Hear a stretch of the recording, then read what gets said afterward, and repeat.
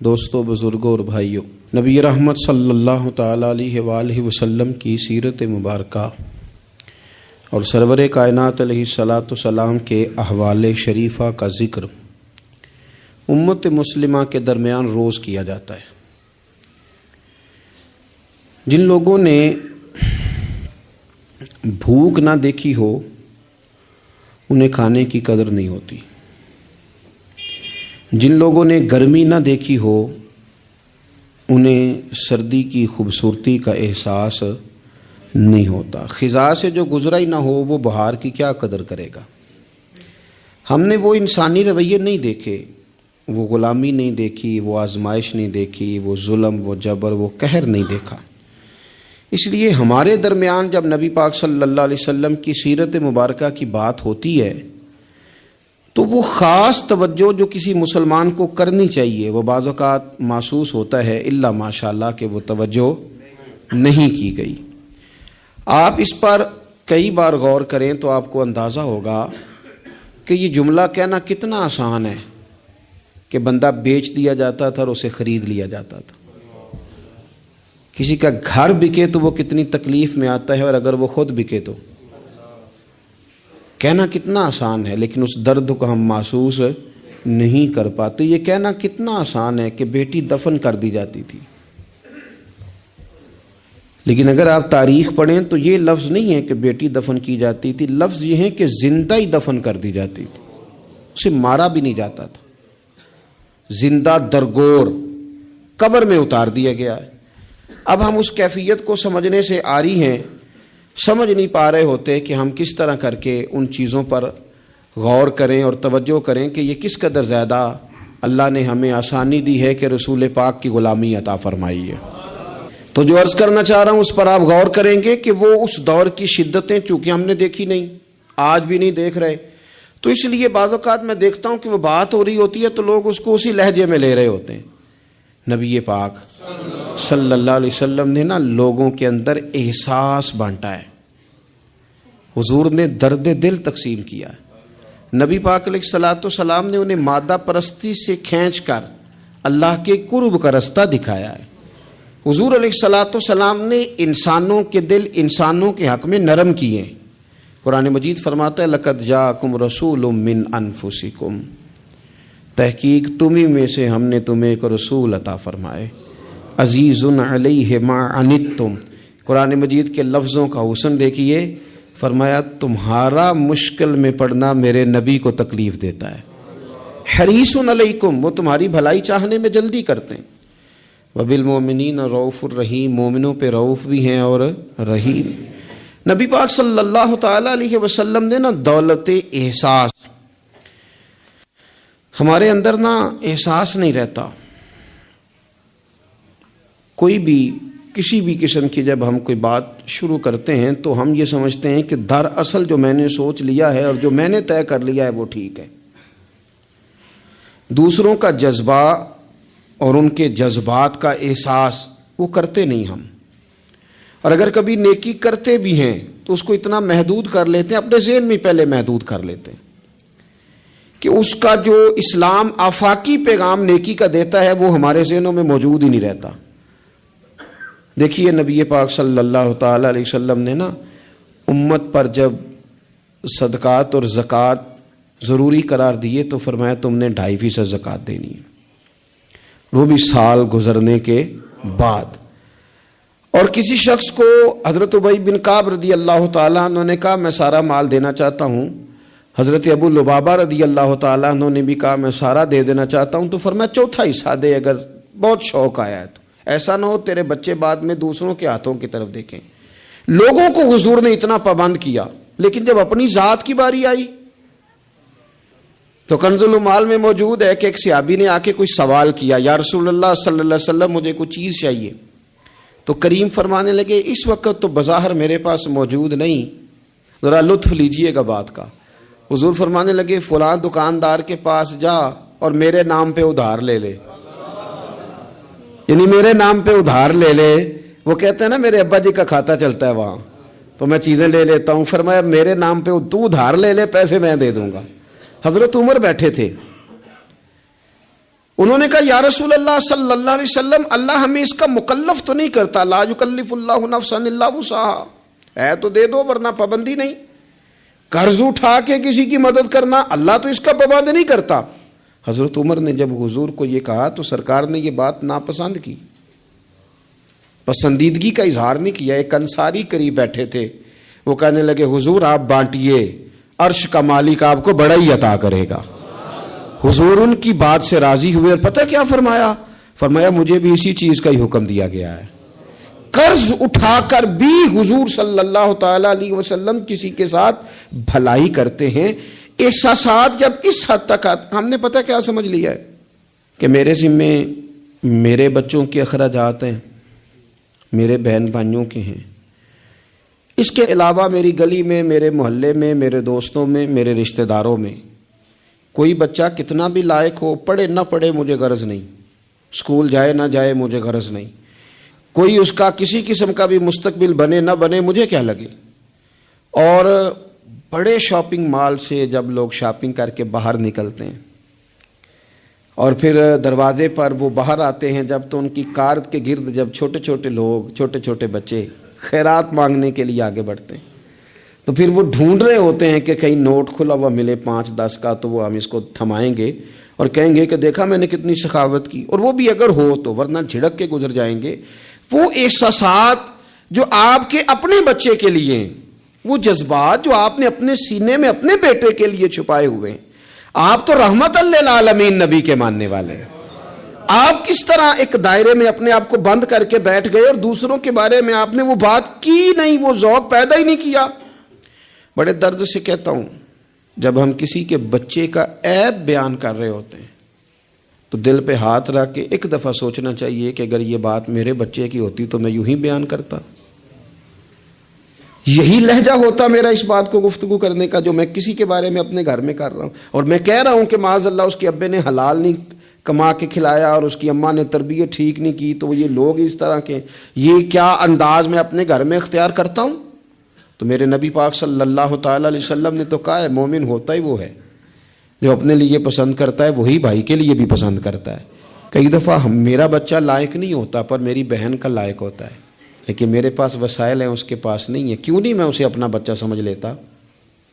کیوں نہیں میں کہتا کہ چلو میں اپنی کچھ چیزیں وہاں صرف کر دوں اور وہی آگے نکل جائے؟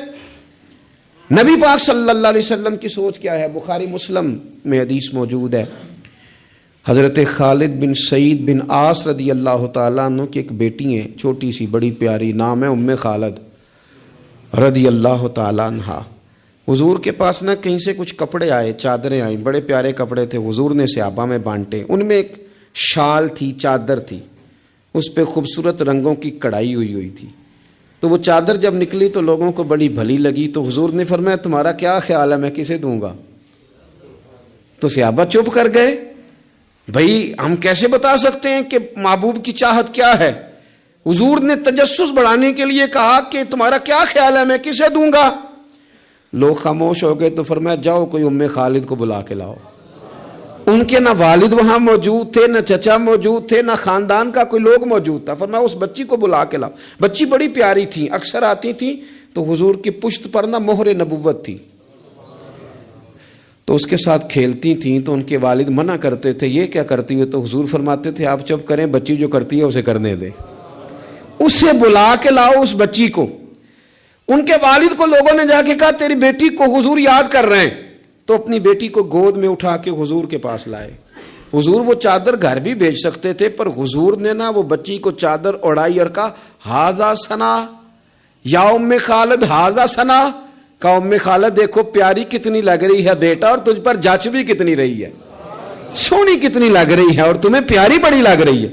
حضور نے وہ تحفہ دیا۔ پھر ایک موقع پر ایک اور تحفہ حضرت ام خالد کو دیا، اور وہ تحفہ دے کے حضور فرمانے لگے بیٹا اسے پہننا اور پھر پہننا اور پھر پہننا اور بار بار پہننا، اللہ تمہیں لمبی عمر دے اور اسے پہن کے پرانا کرنا۔ حضرت ام خالد صحابیات میں سب سے بعد میں ان کا انتقال ہوا ہے، 90 سال کے قریب عمر ہو گئی تھی، پر کہتی تھی میں نے مدینے والے کا تحفہ آج بھی سنبھال کے رکھا ہوا ہے۔ کیونکہ حضور صلی اللہ علیہ وسلم کے جذبات اگر حضرت حسنین کے لیے ہیں، اگر اپنے عظیم عالی شان عظمتوں شانوں والے نواسوں کے لیے ہیں. تو حضور صحابہ سے ہی پیار نہیں کرتے تھے، صحابہ کی اولادوں سے بھی پیار کرتے تھے. ان کی اولادوں تک حضور کی محبت کا یہ رنگ جاتا تھا. ہم چونکہ ترجیحی بنیادوں پر خیر خائی نہیں کرتے، کبھی کوئی آ گئی نیکی تو کر لی، وہ بھائی سارے کپڑے اپنے گھر میں بانٹنے ہیں، جو ملے گا اسے پلٹ کے اپنے گھر ہی پھینکنا ہے.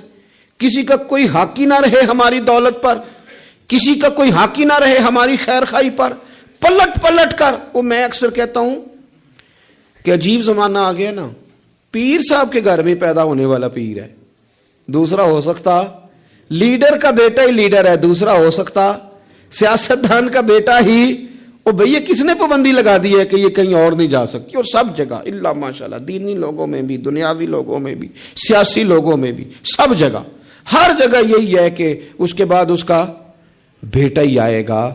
کوئی چیز باہر جانی نہیں چاہیے، جانے نہ پائے، ہر چیز گھر کے اندر رکھو. آپ نیکی کا جذبہ پیدا کریں. ہم نہ تھوڑا سا دوسروں سے ممتاز بن جاتے ہیں. کوئی بندہ کو نیکی کر لے تو اسے بھی بخار چڑھ جاتا ہے کہ میں نے کی تو ہے نا. کوئی بندہ تھوڑا سا عالم ہو جائے تو وہ کہتا ہے کہ میری ساری عزت کرو، تمہیں نہیں پتا کہ میں تھوڑا پڑھا ہوں. میری طرح کے بندے بڑی جلدی وہ اوپر اٹھ جاتے ہیں. اسی طرح کا معاملہ افسر کا ہے، اسی طرح کا معاملہ مالدار آدمی کا ہے، خود اپنا اعزاز بنا لیتے ہیں. رسول پاک کی یہ شان ہے کہ اللہ نے انہیں نبیوں کا امام بنایا ہے. اور بعد از خدا بزرگ توئی قصہ مختصر. حضور روٹین میں تو بیٹھتے تھے، جمعے کا خطبہ دینے کے لیے تو منبر پہ آتے تھے، پر باقی صحابہ کے اندر مل جل کے بیٹھتے تھے، مل جل کے. ایک جہاد تھا، صحابہ کہتے ہیں واپس آ رہے تھے تو رستے میں رکے، کھانا کھانے کا ارادہ بنا تو ظاہر ہے کھانے ہوٹلوں سے تو ملتے نہیں تھے، پکانے ہی پڑتے تھے. تو کھانے کی تیاری ہونے لگی تو کچھ لوگوں نے کہا کہ ہم گوشت صاف کرتے ہیں، گوشت بناتے ہیں. کچھ نے کہا کہ برتن میں صاف کر کے اہتمام کرتا ہوں. کسی نے کہا کہ میں بعد میں بانٹنے کا تقسیم کرنے کی ڈیوٹی لیتا ہوں. سب ڈیوٹیاں لے رہے تھے تو حضور بھی بولے، فرمایا تم نے اپنے اپنے ذمے کام لے لیے ہیں، میں اس طرح کروں گا لکڑیاں اکٹھی کر کے لاؤں گا تاکہ آگ جلا کے روٹی پکائی جا سکے. صحابہ کہنے لگے فدا کا روحی و قلبی، سونے دل بھی قربان، جان بھی قربان، فدا کا ابی و امی، ماں بھی قربان، باپ بھی قربان، ہم جو حاضر ہیں یہ کام کرنے کے لیے. تو حضور نے فرمایا میں تم سے ممتاز نہیں ہونا چاہتا، مل جل کے رہنا چاہتا ہوں تمہارے بیچ. آپ جب لوگوں کے بیچ وقت گزارتے ہیں تو تبھی تو ان کے دکھ سکھ کا آپ کو پتہ چلتا ہے. اور جب آپ اپنا لیول ہائی کر کے اوپر اٹھ جاتے ہیں تو پھر آپ کو کیسے پتہ چلے گا کہ عام آدمی کس تکلیف میں مبتلا ہے. میرے نبی پاک علیہ السلام صحابہ کیا حضور سے بات کرتے، حضور تو نبیوں کے امام ہیں، لیکن سرور کائنات علیہ السلام نے لوگوں کے بیچ رہ کے لوگوں کے ساتھ اعلیٰ نیکی کرنے کا پیغام دیا، اور نیکی کو اس کے بام عروج تک جا کر لوگوں تک اتارنے کی نبی پاک علیہ السلام نے بات کی، بام عروج تک جا کے. کبھی اس طرح بھی ہوتا ہے کہ سامنے والا تلخ رویہ لے کے آتا ہے، لیکن دین کے اندر آپ کو یہ حکم دیا گیا ہے کہ آپ بندہ دیکھ کے اپنا رویہ نہیں بدلیں گے. آپ یہ دیکھیں گے کہ میرے دین نے مجھے کیا پیغام دیا ہے. آپ جس طرح مسجد میں دیندار ہیں، بازار میں بھی اسی طرح ہی دیندار ہیں، دکان پہ بھی اسی طرح ہی دیندار ہیں، کیونکہ اسلام جہتی اور وقتی مذہب نہیں، موسمی نہیں. آپ یہ کریں گے کہ آپ ہر مقام پہ اللہ رسول کو پیش نظر رکھ کے آگے بڑھیں گے. اور اگر یہ نہیں ہے مزاج تو پھر معاملہ اور ہے. دیکھیے بدر کے دن جو لوگ آئے تھے نا مسلمانوں سے لڑنے کے لیے، تو وہ پھول لے کے نہیں آئے تھے، گھی شکر لے کے تو نہیں نا میدان میں آئے تھے، نہ ان کے پاس مٹھائیوں کے ڈبے تھے، تلواریں اور نیزے لے کے آئے تھے. اور انہوں نے باقاعدہ مقابلہ کیا، 14 مسلمانوں کو شہید کیا. یہ تو اللہ تعالیٰ کا کرم ہے. وَلَقَدْ نَصَرَكُمُ اللَّهُ بِبَدْرٍ وَأَنْتُمْ أَذِلَّةٌ، کہ اللہ تعالیٰ نے مسلمانوں کو کامیابی دی، وہ مسلمانوں کے قابو آ گئے. اب وہ 70 بندے قیدی بنا کے لائے گئے. وہ لڑنے آئے ہیں گھر سے، پھول لے کے نہیں آئے. قید خانے اس طرح تو تھے نہیں جس طرح آج جیل بنی ہوئی ہے. تو مختلف صحابہ، جس کے پاس ایک کمرہ خالی تھا اس نے ایک آدمی کو گھر میں قید کیا، کسی نے 2 کو کیا. حضور نے وہ بانٹ دیے. حضرت مصعب ابن عمیر رضی اللہ تعالیٰ عنہ کے بھائی ابو عزیز بھی کافروں کی طرف سے لڑتے ہوئے آئے اور باقاعدہ جھنڈا تھامے ہوئے تھے، آگے تھے، سپہ سالار بنے ہوئے تھے. وہ بھی قیدی ہو کے آئے. تو ایک انصاری ان کے ہاتھ باندھ رہے تھے. تو حضرت مصعب ابن عمیر قریب سے گزرے، فرمانے لگے ذرا زور سے باندھنا، اس کی ماں کے پاس بڑے پیسے ہیں، چھڑا لے گی فدیہ دے کے. تو ابو عزیز کہنے لگے مصعب تو میرا بھائی ہو کے اس طرح کی باتیں کرتا ہے؟ تو فرمانے لگے تجھے کس نے کہا کہ میں تیرا بھائی ہوں؟ میں تیرا نہیں بھائی، میں اس انصاری کا بھائی ہوں جو میرے مدینے والے حبیب کا کلمہ پڑھتا ہے، میرے رشتے اسلام کی بنیادوں پہ، یہ میرا بھائی ہے، زور سے مانگنا اس کو، چھڑا لے گی اس کی اماں پیسے دے کے۔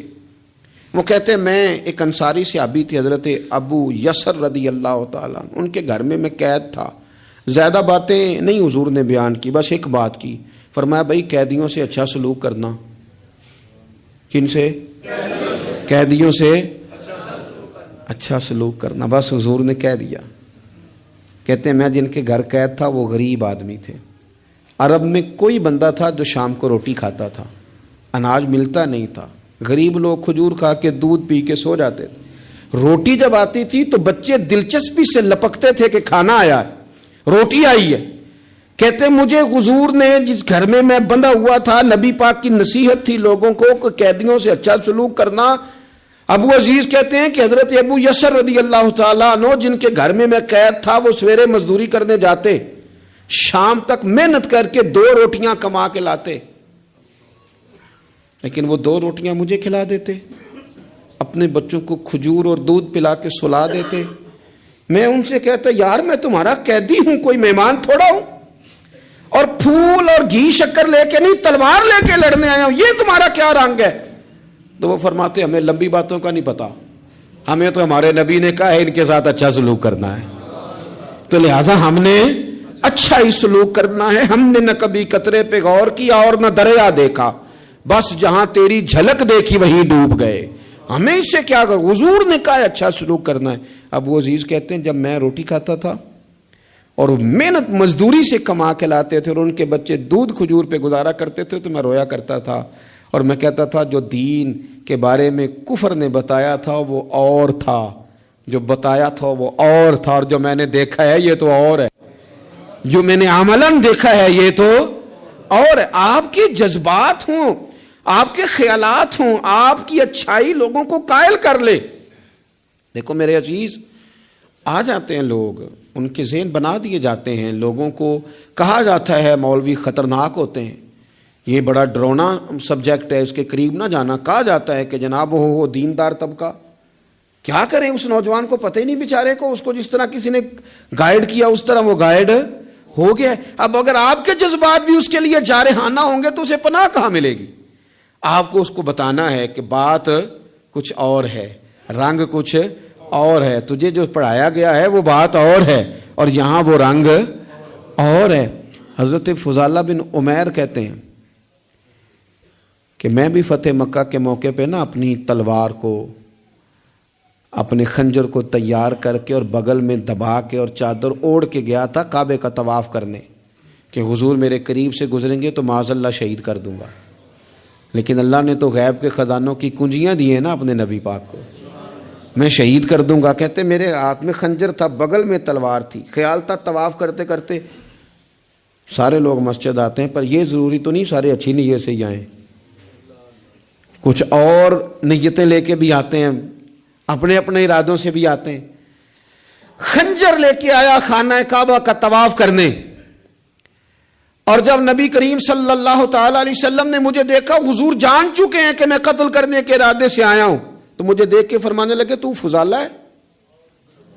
میں نے کہا یا رسول اللہ فضالہ ہوں، تو فرمایا بول نہ جو دل میں چھپا کے آیا ہے۔ خیال آیا مسلمان نیک و بد پہچان جاتے ہیں، محمد آدمی کے دل کی باتیں جان جاتے ہیں صلی اللہ تعالی علیہ وسلم۔ کر نہ جدھر تو آیا ہے، تو فضالہ کہنے لگے حضور کچھ بھی نہیں، میں تو اللہ کا ذکر کر رہا ہوں۔ تو حضور فرمانے لگے چل پھر استغفار ہی کر لے۔ گویا حضور نے یہ نہیں کہا تو جھوٹ بول رہا ہے، بات اس طرح کی کہ تو استغفار پڑھ لے، پھر اپنی پچھلی بات سے توبہ کر لے۔ فضالہ کہتے ہیں یہ کہتے کہتے حضور نے دست کرم اٹھایا اور اپنا مقدس ہاتھ میرے سینے پہ پھیرا، سارا کفر، سارا نفاق، سارا شرک نکل گیا، مجھے کائنات میں سب سے پیارا چہرہ ہی مدینے والے رسول کا نظر آنے لگا۔ قدموں پہ آ گیا، میں غلام بن گیا نبی پاک کا۔ وہاں سے واپس آ رہا تھا تو ایک عورت تھی جس سے میرے شناسائی تھی، تعلقات تھے، میں کبھی اس سے ملتا تھا، میں گزر رہا تھا تو اس نے مجھے بلایا، میں نے توجہ ہی کوئی نہیں کی۔ پھر کہنے لگی تو وہی فضالہ نہیں؟ میں نے کہا نہیں میں وہ نہیں، اب میں مدینے والے کا غلام بن گیا ہوں، اب میری نگاہوں میں جچتا نہیں کوئی، جیسے میرے محبوب ہیں ایسا نہیں کوئی۔ میرے رسول پاک صلی اللہ تعالی علیہ وسلم نا سامنے والے کے بارے میں رویہ دیکھیں نا، آپ ایک بات کو سمجھ لیں، اگر آپ اس کو سمجھ لیتے ہیں نا، اس میں تھوڑی سی نا وسعت آ جاتی ہے چیزوں میں۔ بڑی سخت بات بھی کو بندہ آپ کے ساتھ کر رہا ہے تو اگر آپ ایک بردبار آدمی ہیں اور آپ کوئی فضل والے ہیں، تو پھر مجھے ایک دوست نے کہا، ایک صاحب جمعہ پڑھنے آتے تھے، وہ آج کل نہیں آ رہے، تو اس کے جواب میں کئی دلائل ہو سکتے تھے، وہ بڑا مصروف ہو گیا ہے، وہ بس اسی طرح کا ہے، بے وفا نکل آیا ہے۔ تو میں نے ان سے کہا یار ہم کوئی اتنے بڑے لوگ ہیں کہ روز ہی کوئی یہاں آئے، ٹھیک ہے جب جی چاہا آ گیا، جب نہیں چاہا تو نہ آیا، اس میں کیا کوئی ایسی بات، کوئی مسئلہ نہیں، پھر کیا، نہیں آیا تو پھر بھی ٹھیک ہے۔ وہ بندہ دیکھتا ہی رہ گیا میرا چہرہ۔ ایک دفعہ مجھے ایک صاحب نے آ کے کہا کہ فلاں آدمی نے آپ کے بارے میں کوئی ایسی بات کی ہے، تو میں نے ان سے کہا میں اتنا بڑا بندہ ہی نہیں، انہوں نے نہیں کی ہوگی، ان کے پاس اتنا وقت ہی نہیں ہے مجھے ڈسکس کرنے کا، میں چھوٹا آدمی ہوں، وہ مصروف آدمی ہے۔ انہوں نے کہا نہیں انہوں نے کی ہے، اور میں نے کہا نہیں انہوں نے نہیں کی۔ کہنے لگے کی ہے، میں نے اگر کی ہے تو پھر آپ میرے ساتھ ہیں کہ ان کے ساتھ ہیں؟ کہنے لگے جی تو میں آپ کے ساتھ ہوں۔ پھر میں نے کہا اگر آپ میرے ساتھ تھے تو مجھے بتانے نہ آتے، اگر آپ سمجھتے تھے کہ میں ٹھیک ہوں تو پھر میری وکالت کر دیتے۔ آپ تھوڑا نرم رہیں، تھوڑا حوصلہ کریں، چیزوں کو سہنا سیکھیں۔ اگر آپ ہر وقت رد عمل پہ تیار ہیں تو پھر تو آپ کو لوگ کمزور کر دیں گے، بزدل ہو جائیں گے۔ دنیا میں سب سے کمزور وہ بندہ ہوتا ہے جسے چڑھایا جا سکتا ہے، جس بندے کو غصہ دلایا جا سکتا ہے، جو استعمال ہو جاتا ہے وہ کمزور پڑ جاتا ہے۔ کیوں اس طرح کا لہجہ اختیار کریں کہ جس کا دل کرے کوئی نئی بات سنائے اور ہمیں استعمال کر کے گزر جائے؟ کبھی نہیں۔ آپ کا حوصلہ اتنا بڑا ہو، رنگ اتنا بڑا ہو، طبیعت اتنی بڑی ہو۔ میرے حضرت صاحب رحمۃ اللہ علیہ کے پاس ایک صاحب آیا کرتے تھے، مرید بھی ہوئے، بعد میں بگڑ گئے وہ کسی وجہ سے، آنا جانا چھوڑ دیا۔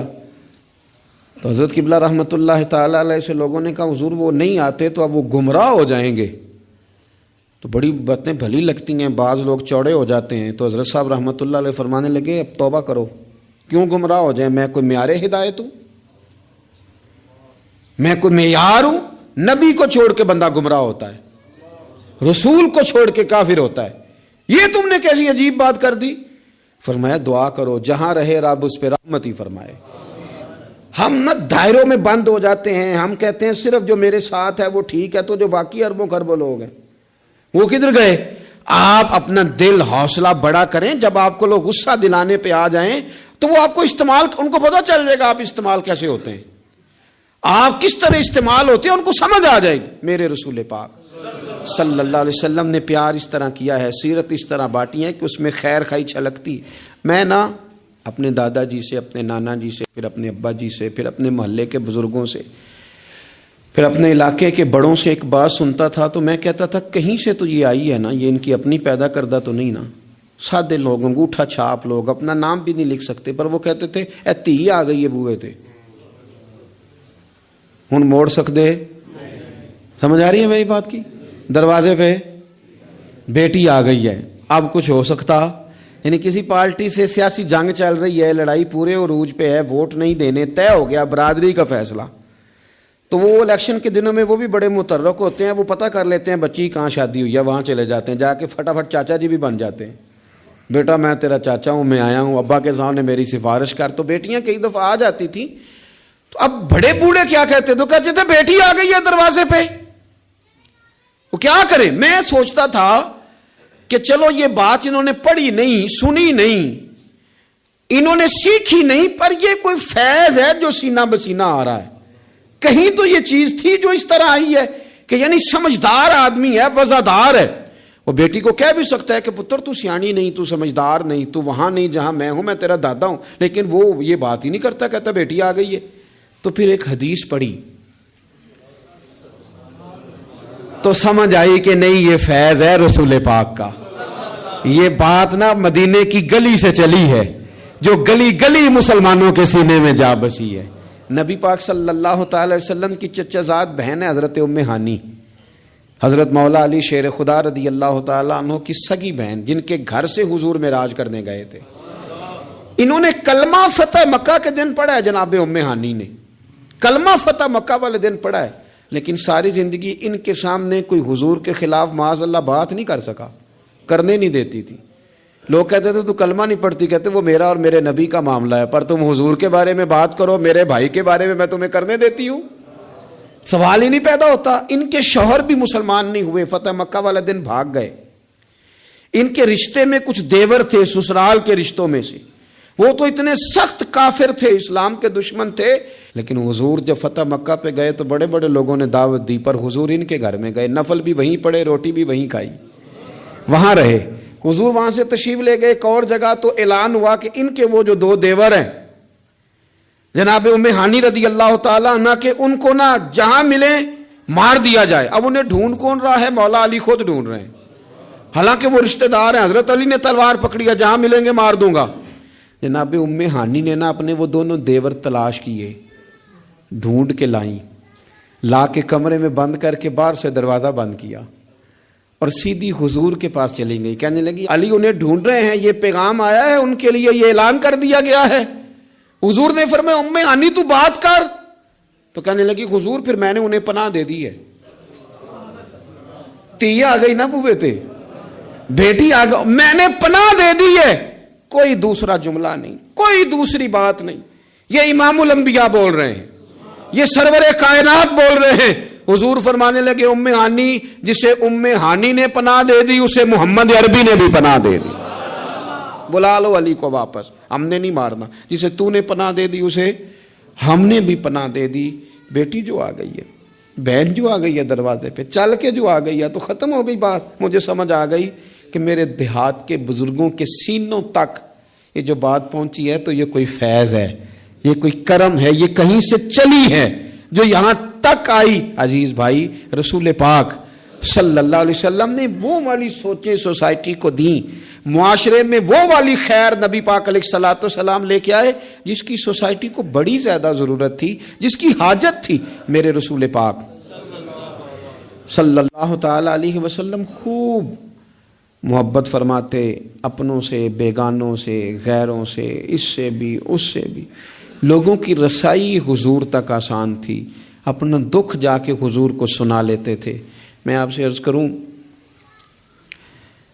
پہلے تو دکھ سنتا کوئی نہیں، اور اگر کوئی سننے لگے تو سنانے والا سناتا نہیں۔ کیوں؟ اعتماد کیسے کریں؟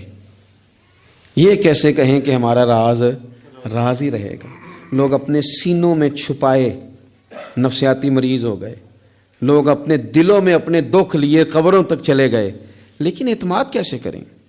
وہ بندہ کہاں سے ملے جو دکھ سنے گا پھر اس کا پردہ بھی رکھے گا، جو بات سنے گا پھر اس پر طے بھی کرے گا؟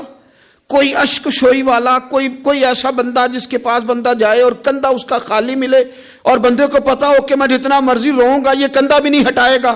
لوگوں کو یہ میسر ہی نہ آیا، لیکن میرے رسول کائنات سرور دو عالم نور مجسم صلی اللہ تعالی علیہ وسلم کی خدمت میں کوئی بھی آیا، وہ یار حضور بھی تو بڑا ہی مصروف ہے نا، پگلی عورت ہے، دیوانی ہے، اس نے آ کے کہا حضور میں نے کوئی بات کرنی تھی، تو فرمایا تو جس گلی میں کہے گی میں وہیں تیری بات سننے کو تیار ہوں، تو جہاں کہے گی۔ یعنی یہ نہیں فرمایا کہ تو کل شام عصر میں آ جانا، ہوتی ہے مصروفیات، ترتیب دے لیا جاتا ہے، وقت بعض اوقات ہوتے ہیں مسائل، لیکن حضور نے جو سیرت چھوڑی وہ یہ ہے کہ تو جہاں کہے گی۔ اور صحابہ کہتے ہیں پھر ہم نے دیکھا بھی اس نے ایک گلی میں حضور کو کھڑا کیا ہوا ہے، اور وہ نبی پاک صلی اللہ علیہ وسلم کو نہ اپنے دکھ سنا رہی ہے۔